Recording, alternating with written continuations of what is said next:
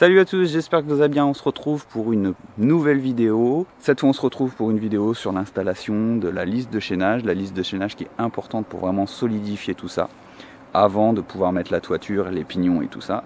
Je vais aussi faire les linteaux, ça je vous montrerai pas forcément mais je vous montrerai l'avancée. Ça va pas être commode, je suis tout seul. Fred est parti, il est en train de préparer ses valises pour faire une petite semaine de vacances tranquillou avec sa chérie. Donc aujourd'hui je suis tout seul, je vais installer ça. On va voir, c'est pas facile, mais on va y arriver.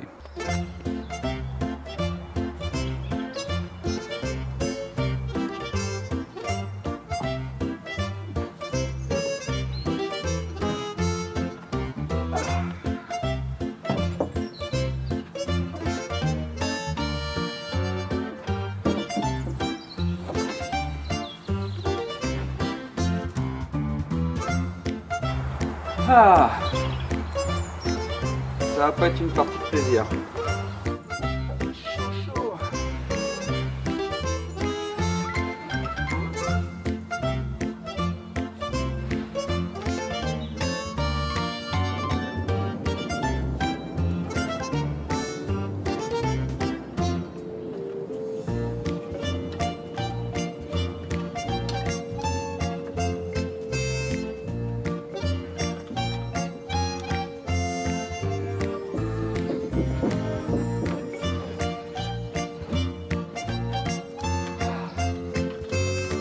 Allez, elle est en place, elle est positionnée. Elle est un petit peu tordue aussi, mais je vais la voir avec le serre-joint. Je vais pointer au fur et à mesure. Là, je vais la repousser. Donc là, on voit bien qu'il y a un croisement. J'ai le mur qui part comme ça, un autre qui part là. La lisse haute là, il faut qu'elle aille justement se reposer sur celle qui part comme ça. Comme ça fait un croisement, un chevauchement. Et ça évitera les déformations. Ici, j'ai l'arrêt de mon mur qui est là. Donc en repoussant, la lisse haute va se retrouver un petit peu plus à ce niveau-là. Ça va rigidifier la jonction des murs ici. Et ainsi de suite. Bon, c'est peut-être l'occasion pour moi de sortir l'échafaudage. Et je pense que ça ira mieux avec ça. C'est un échafaudage télescopique que j'avais acheté sur Outils des Pros.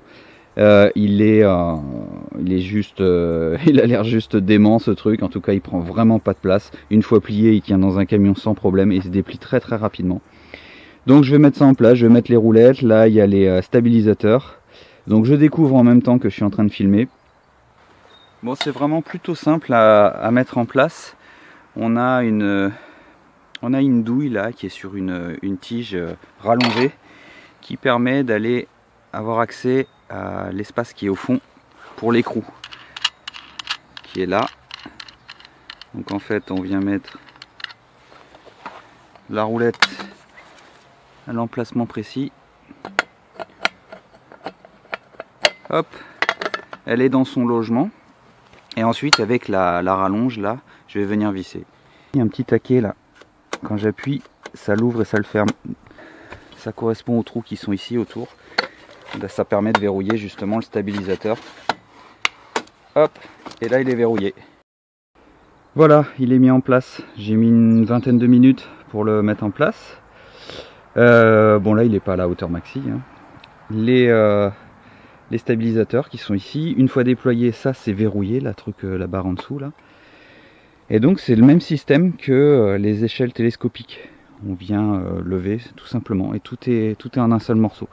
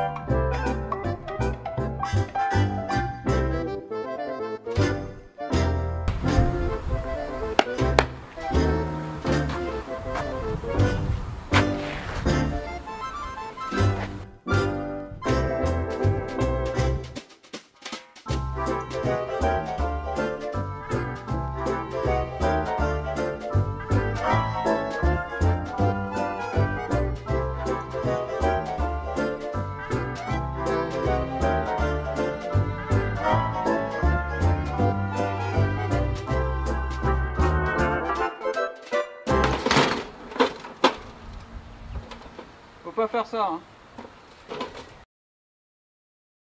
Bon, la partie lisse de chaînage du garage est terminée. Je vais passer de l'autre côté. Là, on aura essentiellement que du 220. Je vais essayer de prendre les plus grandes longueurs, mais elles sont un peu tordues, donc je vais trier ça.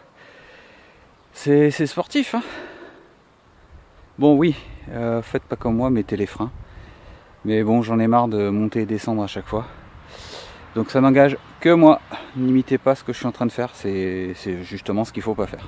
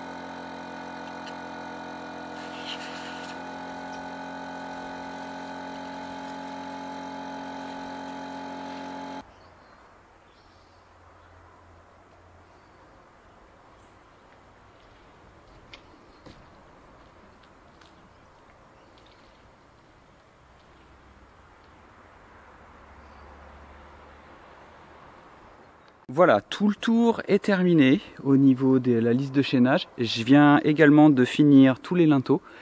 Petite particularité pour la porte d'entrée, la fenêtre de la salle de bain et la porte qui mène au garage. Au niveau du linteau, j'ai fait une petite découpe en L, je vous montre.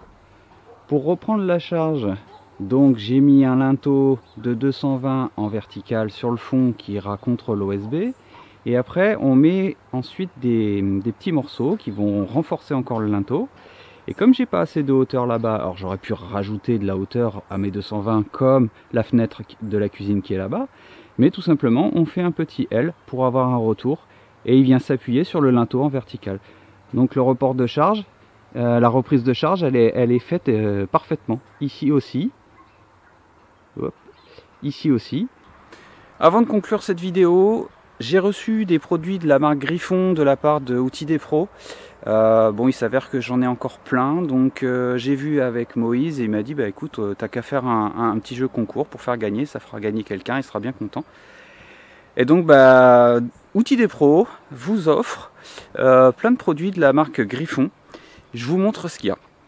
Alors voilà le carton, qu'est-ce qu'on a? On a le pistolet qui va servir pour les cartouches.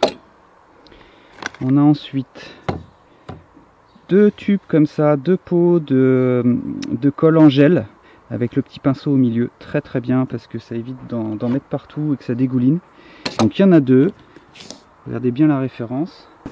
Alors qu'est-ce qu'on a aussi? On a aussi de la colle blanche, la VB20, elle est en catégorie D3, donc elle a une grande résistance à l'eau, la plus grande résistance à l'eau, et vous pouvez laisser votre mobilier, tout ce que vous avez créé directement en contact avec la pluie, c'est du D4. Celle-là, il faudra quand même le protéger, mais ça peut aller à l'extérieur. Ça, c'est pour nettoyer vos tubes d'évacuation, tubes PVC.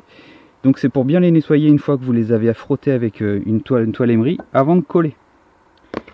Ensuite, qu'est-ce qu'on a? On a aussi, voilà, ça, cette espèce de ruban qui vous permet de remplacer la filasse ou alors la pâte à joint. Donc pareil, il y en a deux.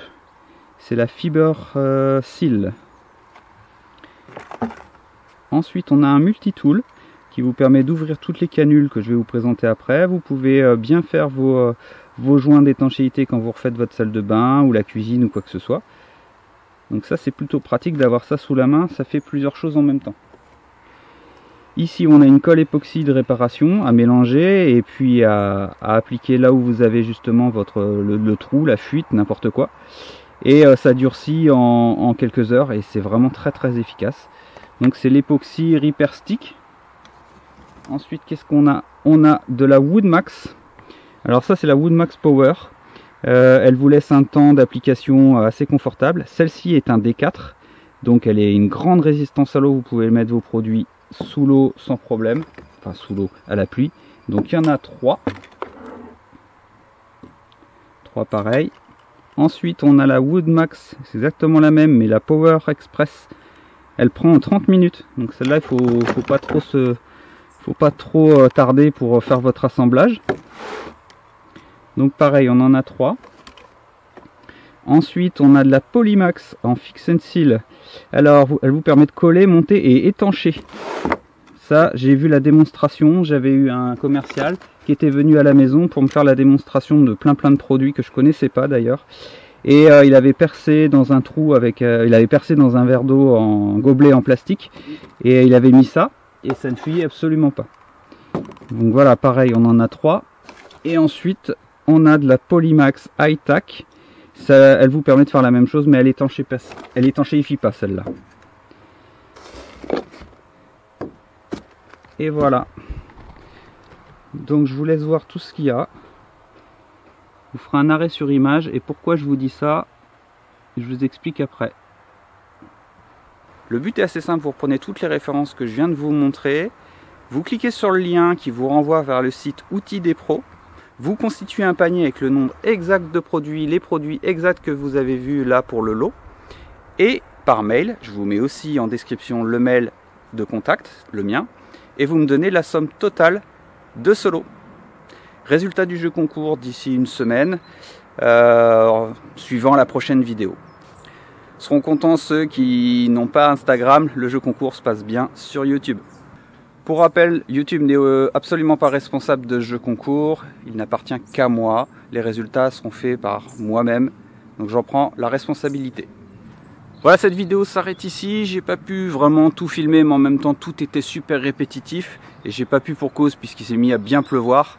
Donc c'était pas très agréable ni pour moi ni pour l'appareil photo.